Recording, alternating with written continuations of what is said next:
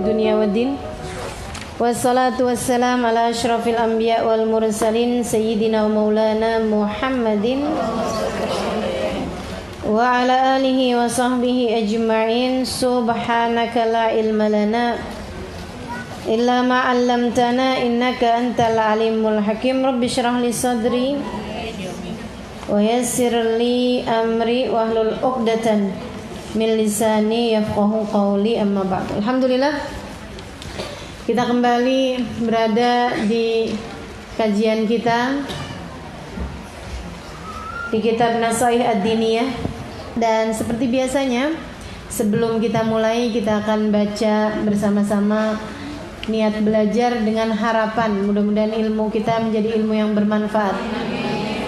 Dan karena pembahasannya mengenai perzinaan, kita minta kepada Allah SWT semoga ilmunya menjadi penghalang kita dari melakukan perbuatan dosa besar zina dan juga yang mendekatinya, serta menjadi penghalang bagi seluruh keluarga kita dari perzinaan dan dari apa-apa yang mendekati perzinaan.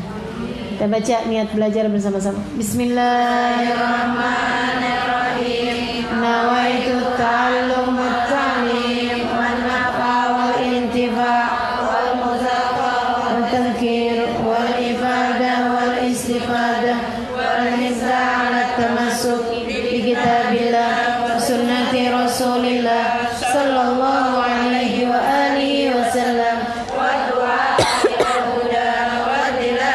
على الخير ابتغاء مرضاته وقربه وثوابه وحسن الخاتمة مع اللطف والعافية وصلاح العاقبة برحمتك يا أرحم الراحمين. إلى حضرة النبي محمد صلى الله عليه وسلم وآله وصحبه وأزواجه وذريته وآل بيته وسلم من جميع الأنبياء والمرسلين والقرن أجمعين.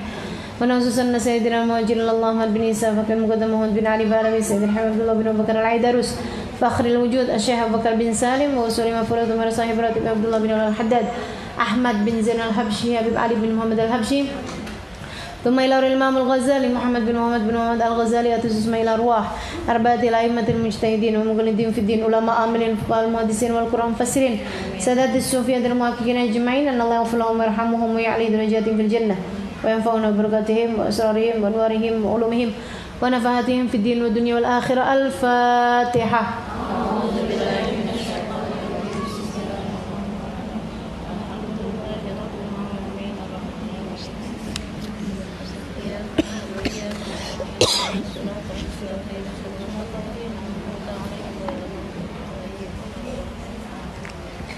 Bismillahirrahmanirrahim. Wa warada annahu ya'ti ala ahli al-mawqif rihun muntinah tu'di kulla barrin wa fajirin ghayat al-adha fayuqalu lahum hadhihi raihatu furujiz zina. Na'udzubillah. Berkata Imamul Haddad dalam kitab Nasaih Ad-Diniyahnya, masih di bab mengenai zina, beliau mengatakan wa warada qala radhiyallahu ta'ala anhu wardah wa nafa'ana bihi wa bi'ulumihi fid dharain amin. Wa warada, dan datang keterangan bahwasanya ya'ti datang ala ahlil mauqif kepada orang-orang yang berada di padang mahsyar di hari akhirat nanti, rihun muntinah, bau yang sangat busuk.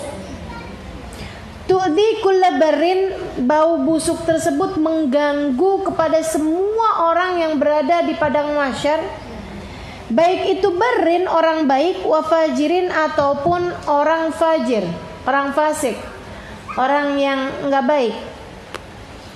Di akhirat nanti bau tersebut akan mengganggu siapapun yang sedang berada di padang mahsyar itu. Ghayatul adza, dengan gangguan yang sangat mengganggu, dengan gangguan yang sangat besar, sangat parah. Fayuqalu lahum, kemudian disampaikan kepada mereka bau busuk itu berasal dari mana. Hadhihi raihat furujuzuna, ini adalah bau dari farji-farji orang yang berzina. Naudzubillah. Wa fil hadis sahih, dan disebutkan dalam hadis sahih, annahu sallallahu alaihi wasallam ra'a zunah wa zawani fi mithli tanur, bahwasanya Nabi Muhammad alaihi wasallam melihat para pezina dan laki-laki yang berzina fi mithli tanur, pada semacam tanur. Tanur itu tempat masak, kayak kompornya orang Arab tuh, kayak tong. Itu tanur namanya. Yatihim lahabun nar min asfalih, datang kepada mereka lahapan api min asfali, dari arah bawahnya. Fayasihun, membuat mereka semuanya berteriak. Jadi mereka ditaruh di kayak tong panas, di bawahnya ada api yang menyambar sampai mereka kemudian berteriak-teriak. Fayasihun, mereka kemudian berteriak. Wayartafi'un, dan mereka mengeraskan teriakannya. Wadzalika min anwa' ta'dzibillah iyahum fil barzah, dan ini adalah salah satu dari jenis-jenis siksaan Allah Subhanahu wa taala kepada para pezina fil barzah, di alam barzah. Jadi bukan di akhirat ini ya, di alam barzah. Mana alam barzah? Alam kubur. Di alam kubur kayak begitu, di padang mahsyar kayak begitu, di neraka apalagi. Bahkan seperti yang pernah saya sampaikan juga, bahwa andai dosanya udah terampuni, dengan banyaknya sudah disiksa gitu ya, udah habis nih, selesai, dan karena mereka matinya bawa iman, jadi masuk surga, akan menjadi orang yang masuk surga dengan menundukkan kepala. Tidak ada orang masuk surga dengan menundukkan kepala illa ashabuz zina, kecuali orang yang berzina. Sampai masuk surga aja tetap bawa aib, teman-teman sekalian. Sampai masuk surga aja tetap bawa celak, tetap bawa rasa malu. Mudah-mudahan Allah selamatkan kita, seluruh keluarga kita. Amin ya rabbal alamin. Wa qala Allah Ta'ala fi dzikri ihlaki qaumi Lut, dan Allah Subhanahu wa taala bercerita mengenai pengadaban atau penghancuran kaumnya Nabi Lut. Hina amilu bil fahisyah, ketika mereka mengerjakan sesuatu yang menjijikkan, yaitu pekerjaan luti, LGBT sekarang ya. Wa asarru 'alaiha, dan mereka berketerusan mengerjakan pekerjaan tersebut. Allah cerita tentang siksanya di dunia nih, belum akhirat. Falamma jaa amruna ja'alna 'aliyaha safilaha, ketika telah datang keputusan kami untuk menyiksa mereka, ja'alna 'aliyaha safilaha, kami menjadikan bumi yang di bawah menjadi di atas mereka, digulung sama tanah, digulung sama bumi. Jadi sekalian, yang kemarin aja di Palu kayak gitu nyereminnya. Teman saya cerita, dia turun dia punya pondok pesantren di atas gunung. Dia turun lari, dan itu dia noleh ke belakang, tanahnya udah retak. Dia bilang, ya Allah, nggak ngebayangin ada kepanikan kayak begitu sebelum datang kiamat. Saya kayak udah kiamat gitu, dia bilang. Dia lari noleh ke belakang, udah pecah tanahnya. Dia lari lagi, noleh lagi ke belakang, pecah tanahnya. Ya Allah, serem benar. Ini Allah cerita ketika menghancurkan kaumnya Nabi Lut. Kata Allah, kami jadikan bumi yang semula di bawah mereka menjadi di atas mereka, digulung sama tanah. Wa amtarna 'alaiha hijaratan min sijilin mamdud, dan kami turunkan hujan api dari arah langit. Min sijil, api tersebut hujan batu, min sijilin, dari neraka sijil, mandud, yang sudah dipanaskan. Musawwamatan 'inda rabbik wa ma hiya minadh dhalimin biba'id. Ini adalah merupakan siksaan dari Allah Subhanahu wa taala, dan yang demikian bukanlah hal yang jauh bagi orang-orang yang zalim. Ngeri ya. Sesuatu hal yang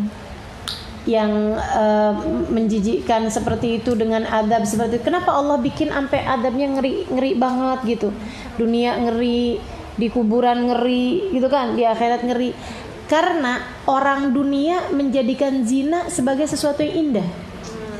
Betul nggak? Iya. Betul nggak? Orang menjadikan zina itu sebagai sesuatu yang indah gitu. Kayaknya tuh kan kayak yang naksir, iya kan ya? Kayak yang bermula dari pandangan mata, kemudian mulai tuh kebayang-bayang, mulai tuh akhirnya kemudian sering berhubungan, sering teleponan. Kayaknya hati hangat, kayaknya menyenangkan, kayaknya sesuatu hal yang indah gitu loh. Belum lagi kalau kita dengar lagu-lagu orang-orang zaman-zaman sekarang, kan begitu kan? Urus-urusannya kan urusan-urusan percintaan gitu. Zina dianggap sebagai sesuatu yang indah karena dimulai dari sesuatu yang dianggap sebagai sesuatu yang indah, yaitu adanya cinta. Ini yang mesti terus-terusan kita ingat-ingatkan sama anak-anak kita. Saya sih gak khawatir sama ibu-ibu yang ada di pengajian sini. Kelihatannya juga udah pada tua.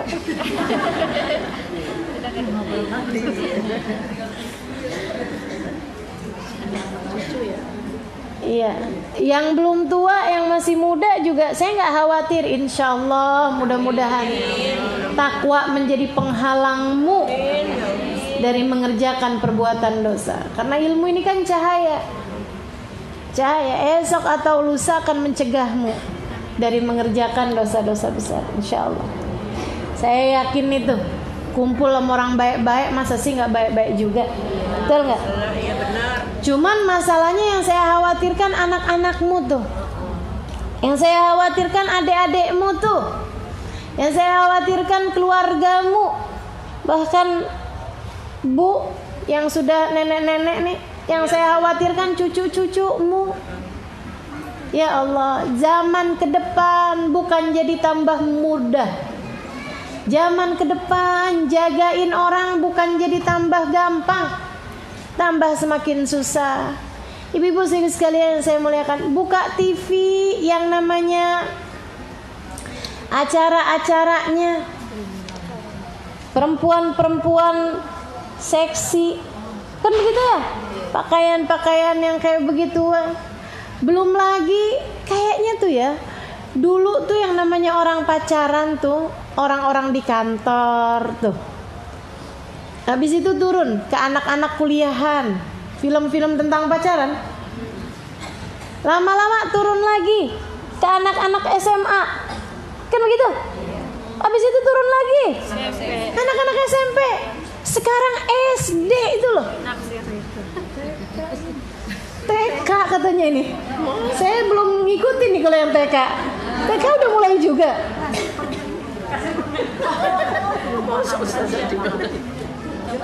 Ya Allah, ya Allah. Serem benar.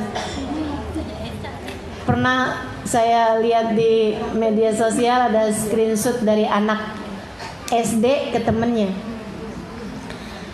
Ngomongnya kayak gini, jagain hati Abi ya sayang.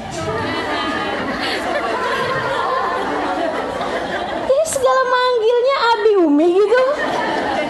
Innalillahi wa inna ilaihi raji'un. Ngeri bener. Ya Allah, ya Allah. Mudah-mudahan selamatin. Mudah-mudahan diselamatin. Sampai selain doa tuh udah apa gitu ya, ikhtiar yang benar-benar bisa. Kita nggak bolehin keluar rumah, nggak mungkin. Kita mau nggak kasih handphone misalnya di saat dia umur SMP SMA, malah kita khawatir nantinya akhirnya malah justru jadi kayak per-peran, diteken, begitu dilepas mental gitu. Oke, diapain nih? Dididik. Seberapa mampu juga kita ngedidik di tengah arus yang bertentangan yang begitu kuatnya di luaran sana. Udah, gimana disekolahin? Sekolahnya malah ngajarin yang begitu, teman-teman saya sekalian. Ya Allah, sampai saya pernah dengar keluhan dari seorang guru di sekolah boarding school, Islamic boarding school. Dia kepala sekolahnya. Dia bilang, kita nih ustazah berusaha setengah mati biar bikin anak-anak itu jangan sampai pacaran. Udah benar-benar kita ajarin bahayanya ininya segala macam, sampai kita kasih hukuman. Ketahuan pacaran, hukumannya dikeluarin dari sekolah, nggak pakai basa-basi, nggak pakai ini deh, toleransi. Dia bilang, ada ibunya yang datang ke sekolah. Ibunya ngomong kayak begini, Bu guru, saya khawatir loh sama anak saya. Kenapa? Saya bilang, dia tuh umurnya sekarang ini udah 17 tahun, tapi masa dia belum punya pacar? Gimana coba ustazah? Kita setengah mati bikin anak-anaknya biar jangan pacaran, orang tuanya malah nyuruh gitu anak-anaknya. Masa sih nak kamu belum punya pacar nak? Ya ampun, kamu gak laku gitu nak. Mama aja udah pacaran lagi zaman umur berapa nak? Ya Allah. Dan Bu, zaman ibu kecil dulu kalau pacaran ngapain coba? Zaman sekarang ngeri. Zaman sekarang tuh orang pacaran check in hotel. Kalau udah kayak begitu ya ampun, mau percaya sama setan yang menjadi ketiganya? Kan gak berduaan orang laki-laki dengan perempuan, kecuali yang ketiganya adalah setan. Seram teman-teman sekalian. Saya ada baca satu cerita kisah nyata dari negeri yang lain sih ya, tapi bukan di negeri yang bebas kayak Amerika atau apa gitu, Muslim bahkan. Jadi ceritanya gini, ada sepasang suami istri tinggal di kota. Si suami ini punya adik, suaminya punya adik. Adiknya mau lanjut kuliah di kota. Mereka asalnya orang desa, gitu ya. Jadi ceritanya nih si adik nih kemudian mau kuliah di kota. Dia pikir daripada dia ngekos, daripada dia tinggal tempat lain gak jelas, mendingan tinggal sama abangnya dong. Laki-laki nih ya. Jadi si yang suami nih, si abang nih, yang juga adalah seorang suami, ditelepon sama orang tuanya, sama abah ibunya dia, dibilangin, kesian tuh adek kamu tuh, dia mau kuliah, udah diterima di kota, udah tinggal sama kamu aja, daripada dia susah-susah nanti ini lagi itu lagi. Akhirnya dia bilang, ya udah deh mah, nggak apa-apa, silakan. Dia ngomong sama istrinya, gimana? Menurut istrinya, jangan dong bang, gitu kan namanya menghindar dari fitnah gini gitu. Udahlah saya ini kok gitu kan, daripada biaya lagi nanti kalau nyari kos-kosan, belum tentu juga, kesian orang tua saya juga, kesian adik saya juga. Udah nggak apa-apa ya. Akhirnya nggak apa-apa, tinggallah mereka bersama-sama bertahun-tahun sampai udah S1 selesai, S2 pula di sana. Teman-teman saya sekalian, punya anak 2 nih, suami istri nih. Satu hari si suami ini kisah nyata nih ya, dia nih si suami nih satu hari diminta tolongin sama istrinya buat beliin susu anaknya gitu ya. Jadi dia jalan, udah malam-malam tuh dia jalan. Subhanallah, pas dia lagi nyebrang tabrakan sama orang, ketabrak mobil gitu kan. Dia kemudian pingsan, dibawa sama si yang nabrak ini. Yang nabrak ini ternyata adalah seorang dokter, gitu kan. Ditaruhkanlah dia di rumah sakit ini apa, habis itu sembuhin, pulang dia. Udah nggak ada masalah. Beberapa hari kemudian dia ditelepon lagi sama orang yang nabrak itu. Dia bilang, saya harus ketemu sama bapak, gitu kan. Ketemuanlah mereka gitu kan. Pak, saya meminta maaf kemarin atas kejadian kemarin gini gitu segala macam gitu. Oh iya, cuman saya penasaran banget, maafkan saya kalau sepertinya terdengar lancang. Dia bilang, kenapa? Saya waktu itu ngelihat bapak itu bawa botol susu. Itu buat siapa? Buat anak saya, dia bilang. Anak bapak beneran. Iya, anak saya. Kenapa soalnya Pak? Dia bilang karena kemarin kan Bapak sempat terluka ini kurangan darah kan harus transfusi itu. Bapak itu di darah Bapak itu ada satu penyakit. Dan penyakit itu dikasih tahu penyakitnya apa gitu kan, saya nggak terlalu ingat. Tapi penyakit itu tidak memungkinkan Bapak untuk punya anak. Penyakit itu membuat Bapak mandul. Bapak nggak mungkin, ada kelainan di genetik Bapak, maksudnya di darah Bapak itu, Bapak nggak mungkin punya anak.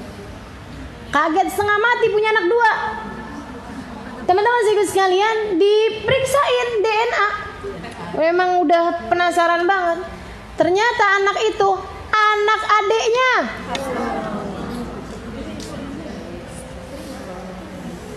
Anak adiknya. Karena kan katanya orang Jawa, apa namanya? Ya itulah. Saya jangan suruh bawain pepatah Jawa. Nggak apal-apal. Apa Kak? Witing Trisno Jalaran Soko Kulino. Enak banget ya saya nyebutnya. Jadi adanya rasa cinta disebabkan karena kebiasaan. Sering ketemu, suami kerja di luar, di rumah berduaan. Ama ipar teman-teman sedikit sekalian. Tapi sabda Nabi Muhammad selalu benar. Enggak berduaan laki-laki dan perempuan kecuali yang ketiganya adalah setan. Udah kayak begitu gimana coba? Makanya udah lebih baik apa-apaan. Hati-hati, jagain. Sebab-sebab terjadinya fitnah, hindarin. Jangan percaya sama diri sendiri. Saya orang bertakwa, nggak bakalan kenapa-napa. Siapa bilang? Setan sangat profesional mengganggu hamba-hambanya. Satu hari saya ditelepon sama seorang perempuan. Dia bilang, Ustazah, saya takut Ustazah. Saya berani cerita ini karena saya bahkan nggak tahu siapa dia, gitu ya. Saya nggak tahu orang ini siapa. Dan jadinya bukan buka aib, saya cuman mau inti ceritanya tuh ada pembelajaran buat kita sekalian, teman-teman saya sekalian. Dia bilang dia ini punya suami selingkuh. Dia capek ngadepinnya gitu, suaminya udah selingkuh mulu gitu. Dia sampai berasa kesepian, kayak nikah tapi kayak nggak punya suami. Dalam status pernikahan tapi selalu ditinggal sama suaminya. Suaminya kayak dia ngerasanya suaminya nggak cinta sama dia. Kalaupun ketemu juga berantem mulu, gini gitu segala macem. Dia punya anak perempuan. Anaknya ini kemudian punya guru ngaji. Ada seorang anak pesantren, lulusan pesantren, datang ke rumah dia buat ngajar ngaji. Sekali, 2 kali, 3 kali, 4 kali, 5 kali. Entah keberapa kali gitu kan. Lama-lama kan jadi tambah deket, saling tegur, sapa. Satu hari mungkin ngelihat dia matanya sembab, dia nanya, kenapa Bu? Dia cerita. Lama-lama jadi tempat curhat. Lama-lama itu dia setan. Si perempuan ini berjilbab, biasa hadir majelis, bukan orang gak soleh, perempuan solehah. Laki-laki ini guru ngaji, lulusan pesantren, orang soleh, teman-teman saya sekalian. Yang gak soleh, setan. Yang ketiganya itu loh, kamu jangan bawa dia masuk. Jangan bawa dia masuk si setan ini. Makanya saya selalu bilang sama ponakan-ponakan, saya percaya sama kamu. Saya gak percaya sama setan. Saya gak percaya sama orang-orang di luaran sana yang entah apa yang mereka masukkan dalam pikiran-pikiran mereka. Kita percaya sama suami kita gak percaya sama setan. Gitu kan. Dan teman-teman sekalian, saya percaya kepadamu. Kamu orang majelis, saya percaya. Tapi saya gak percaya sama setan. Kalau kamu biarkan dia menguasai kehidupanmu. Makanya kalau ada adik-adik nih yang belum pada nikah, terus punya pacar, gak ada baik-baiknya, gak ada bagus-bagusnya. Meskipun laki-laki itu soleh sekalipun, saya tahu kamu solehah, laki-laki itu soleh. Yang gak soleh, setan. Dah. Tuh. Setan nggak ada yang soleh, setan. Setan ini punya pengalaman kerja ribuan tahun.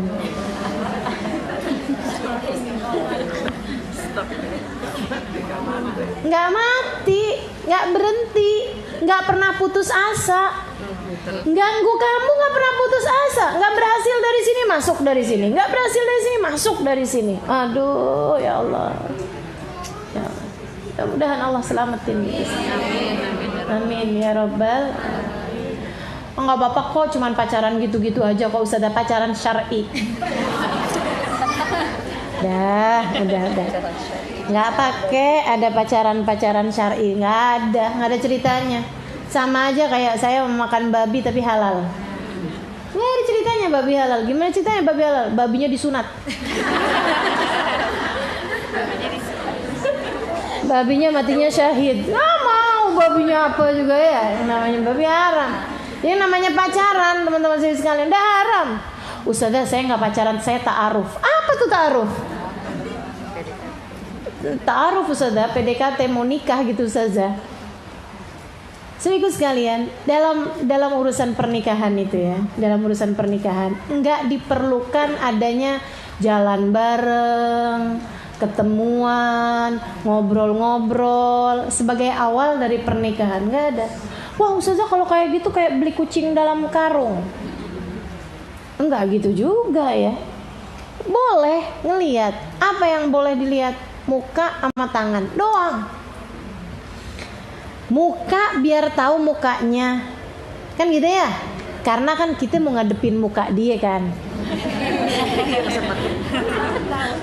Bukan sebulan 2 bulan, kan seminggu 2 minggu.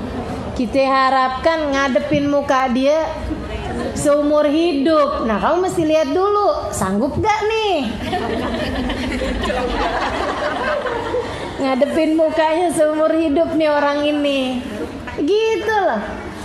Kemudian boleh lihat tangannya, karena tuh katanya tangan menunjukkan kulitnya dia, kulit sebadan. Segitu doang yang dibolehin, tanpa menyentuh, tanpa meraba, apalagi ya Allah. Gitu teman-teman sekalian.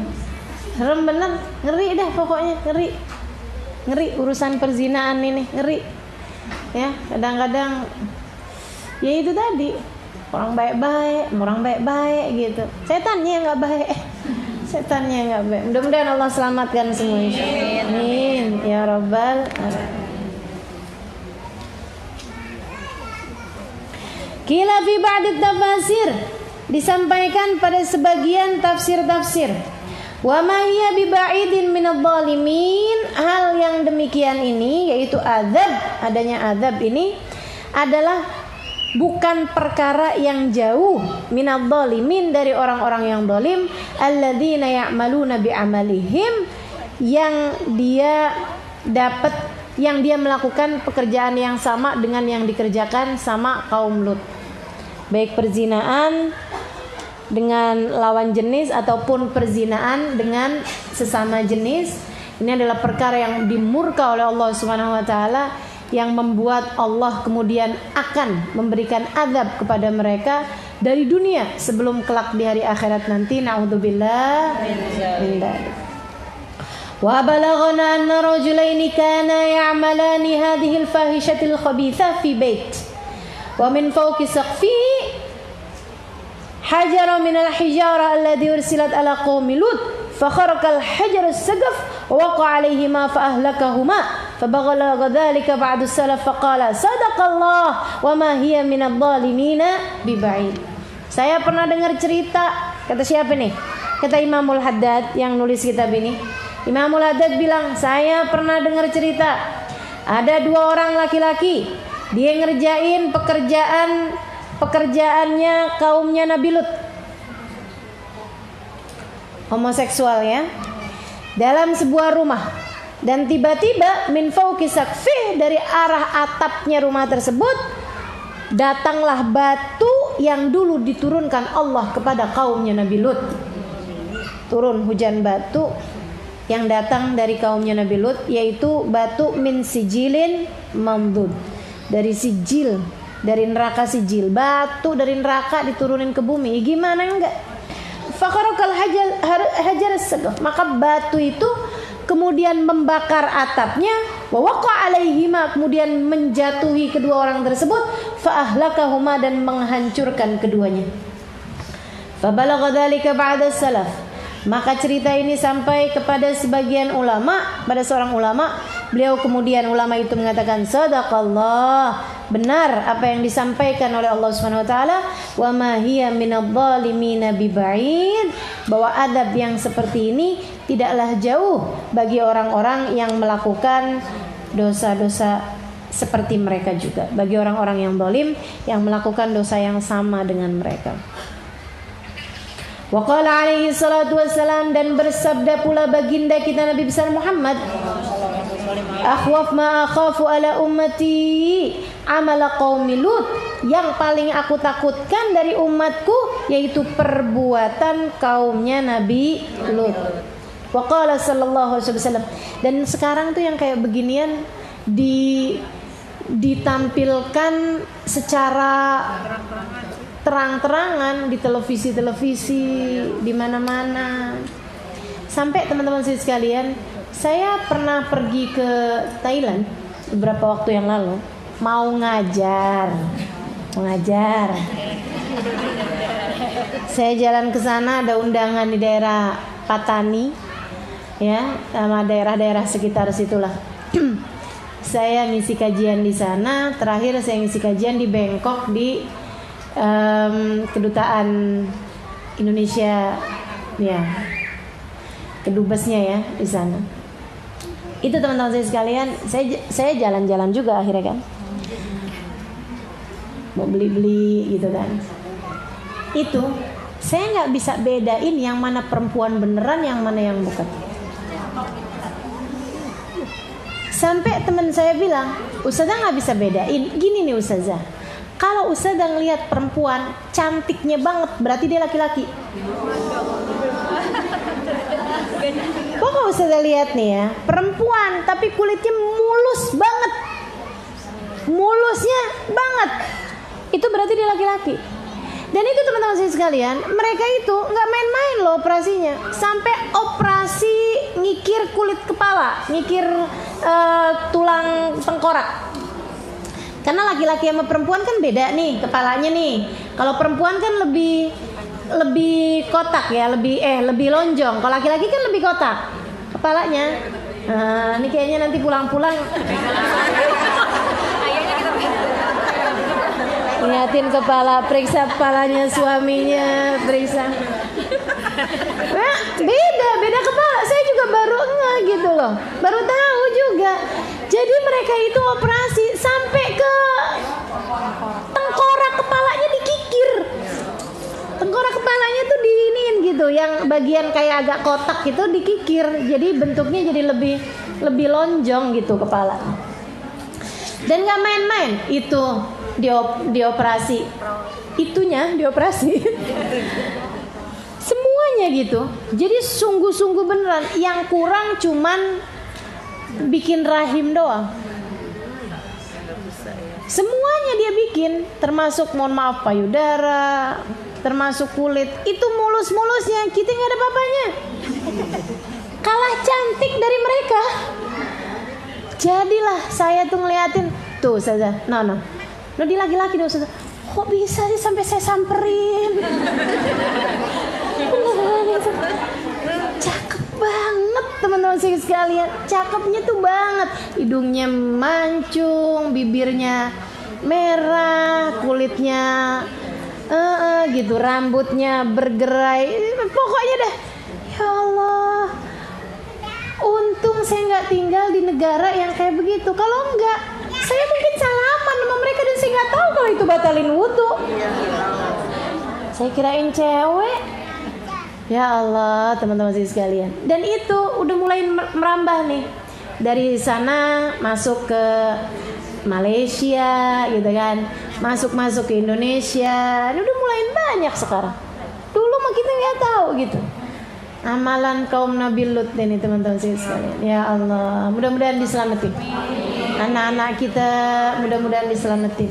Amin amin ya rabbal alamin. Katanya gitu kan, mau cari cewek 30-an, mau cari laki-laki yang ganteng. Ya kebanyakan mereka udah pada kawin. Atau yang gantengnya nggak mau main cantik, maunya main ganteng juga.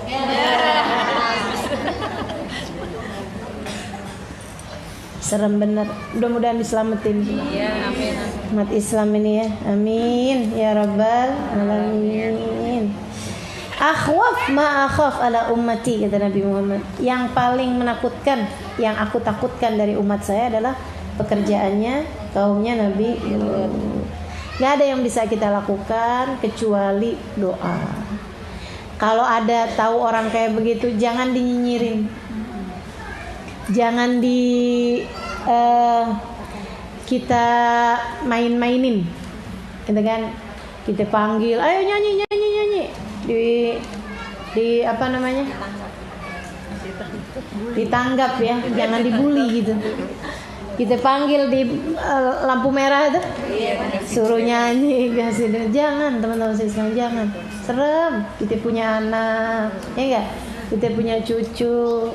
Takutnya kalau kita tair, kita nyinyirin, kita rendahkan, jangan sampai ada di antara keluarga kita nanti akhirnya yang terkena penyakit-penyakit seperti itu. Teman saya pernah cerita, Ustazah tahu nggak kenapa tahun-tahunan ke depan itu dia nyampein nama saya, Ustazah Najibah itu yang waktu itu datang. Nah ini beliau ini yang cerita mas. Ustazah, dia bilang tahun-tahun ke depan akan semakin banyak orang dengan badan laki-laki tapi merasa jiwanya perempuan. Nanti nih, semakin tahun ke depan semakin akan banyak. Saya bilang kenapa gitu Najibah? Dia bilang karena Ustazah, sekarang mereka ini lagi mengembangkan pupuk untuk tanaman, di mana pupuknya tersebut itu bisa bikin buah-buah menjadi besar-besar, dan itu berasal dari plasenta dari yang keluar ketika perempuan melahirkan.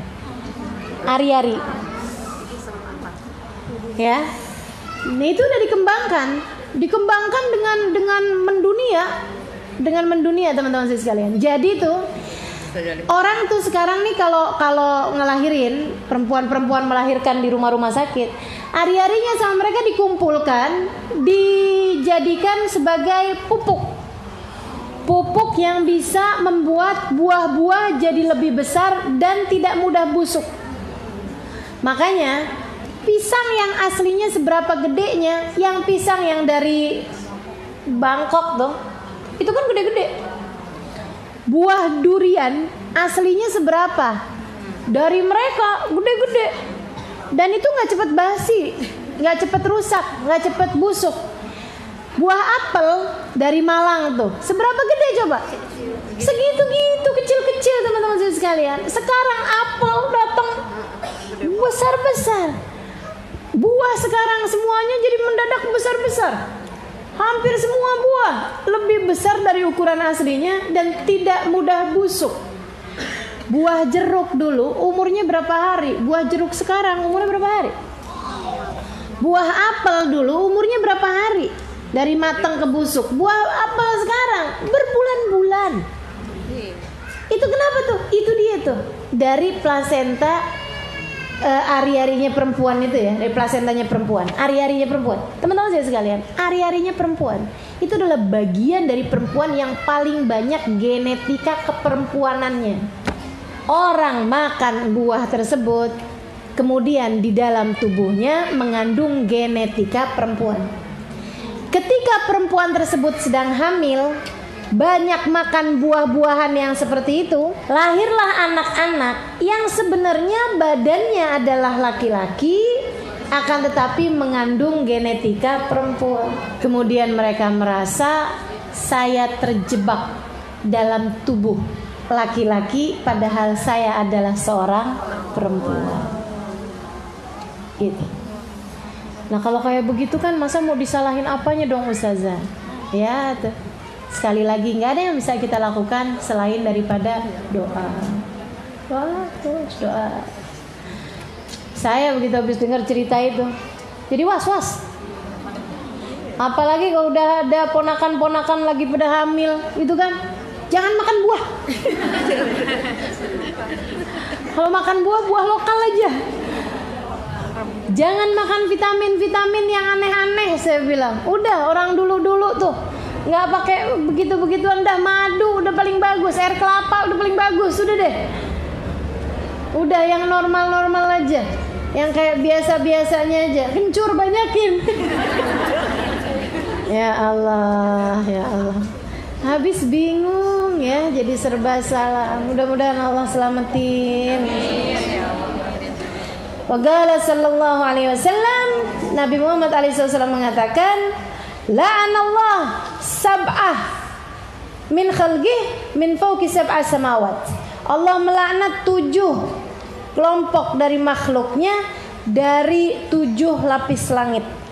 Waraddada la'nah ala wahidin minhum thalatha, dan Nabi kemudian mengulangkan laknatnya tersebut kepada salah satu dari 7 kelompok tersebut 3 kali. Nabi bilangnya 3 kali. Maksudnya la'anallah sab'a min khalqi sab'a samawat. Mal'un itu 3 kali untuk kelompok yang satu ini. Wala'ana kullu wahidin la'natan takfi. Sementara yang lain itu cuman disebutin laknatnya sekali. Apa katanya Nabi? Mal'un man amila qaumi Lut. Mal'un man amila qaumi Lut. Mal'un man amila amala qaumi Lut. Mal'un man amila amala qaumi Lut. Mal'un man amila amala qaumi Lut. Mal'un man amila amala qaumi Lut. Dilaknat orang yang melakukan pekerjaannya kaum Nabi Lut. Dilaknat orang yang melakukan pekerjaannya kaum Nabi Lut. Dilaknat orang yang melakukan pekerjaannya kaum Nabi. Yang lainnya cuman satu-satu laknatnya. Apa itu? Mal'un man dabah li ghairillah. Dilaknat orang yang menyembelih tidak dengan nama Allah. Mal'un man ata syai'an minal bahaim. Dilaknat orang yang mendatangi binatang. Oh, ada ya. Ada penyakit tuh. Nauzubillah min dzalik.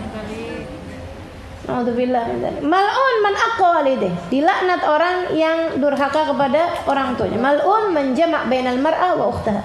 Dilaknat orang yang mengumpulkan antara saudara dengan antara seorang perempuan dengan saudaranya. Maksudnya dia